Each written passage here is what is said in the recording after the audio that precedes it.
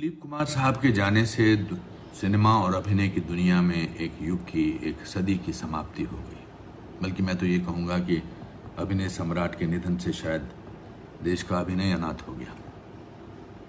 दिलीप साहब एक पूर्ण अभिनेता थे, एक ऐसी शख्सियत जिनकी बगल में चुपचाप कुछ देर बैठने से भी एक एक्टर एक्टिंग के बारे में बहुत कुछ सीख सकता था। उनकी फिल्में देखकर, उनकी एक्टिंग देखकर हिंदुस्तान का हर कलाकार, छोटे से छोटा और बड़े से बड़ा सुपरस्टार, एक्टिंग के बारे में बहुत कुछ जान पाया। उनकी एक्टिंग की छवि कहीं ना कहीं आपको हर कलाकार में देखने को मिल सकती है। वो एक्टिंग का सबसे बड़ा और सबसे महत्वपूर्ण इंस्टीट्यूशन थे।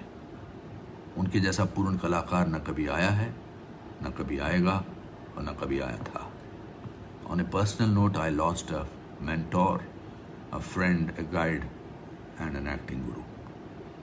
मैंने स्कूल से भागकर पहली फिल्म जो देखी थी वो गोपी थी, और मुझे याद है कि टिकट खरीदने के चक्कर में भीड़ में अपनी नाक भी तोड़वा ली थी, लेकिन मजाल है, खून बहता रहा। लेकिन तब भी मैंने फिल्म अंत तक देखी। मैंने मधुमती तकरीबन 18 बार और राम और श्याम 40 बार देखी है।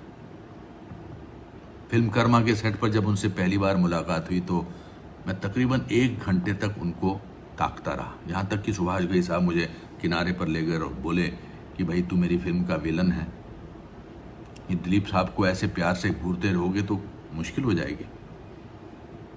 मैंने उनसे कहा था कि सर, जिस शख्सियत की वजह से मैं फिल्मों में आया हूं, उनको 1 घंटा तो क्या, मैं तो ताउम्र घूर सकता हूं। मेरे पहले शॉट के बाद जब दिलीप साहब ने सुभाष घई साहब से कहा कि लाले ये तो बड़ा डेंजरस एक्टर आया, ही विल गो फार, तो मुझे लगा कि अब तो मुझे एक्टिंग का सबसे बड़ा पुरस्कार मिला है और अब मुझे दुनिया की कोई ताकत नहीं रोक सकती है। मुझे उनके साथ 4 फिल्मों में काम करने का मौका मिला और मैंने उनके साथ बहुत वक्त गुजारा।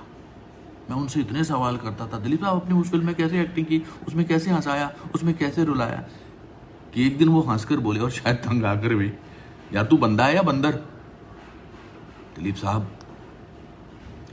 आज आप शारीरिक रूप से हमसे दूर चले गए हैं, पर आप तो हिंदुस्तानी फिल्म जगत की आत्मा, और आत्मा अमर होती है। आने वाली सदियों में जब भी भारत का कोई भी कलाकार एक डायलॉग बोलेगा या एक्टिंग का एक भी एक्सप्रेशन देगा तो हमें उसकी एक्टिंग में आपकी झलक जरूर नजर आएगी। मेरे नाटक कुछ भी हो सकता है में, जिसका पहला शो 2005 में दिलीप साहब देखने आए थे, उसमें एक लाइन है उनके बारे में, दिलीप साहब जैसी सूफियाना शख्सियत ऊपर वाला इस दुनिया को बहुत कंजूसी से बख्शता है। हम सब आपके मुरीद हैं। अलविदा और शुक्रिया दिलीप साहब। And Saira ji, a warm and affectionate hug to you.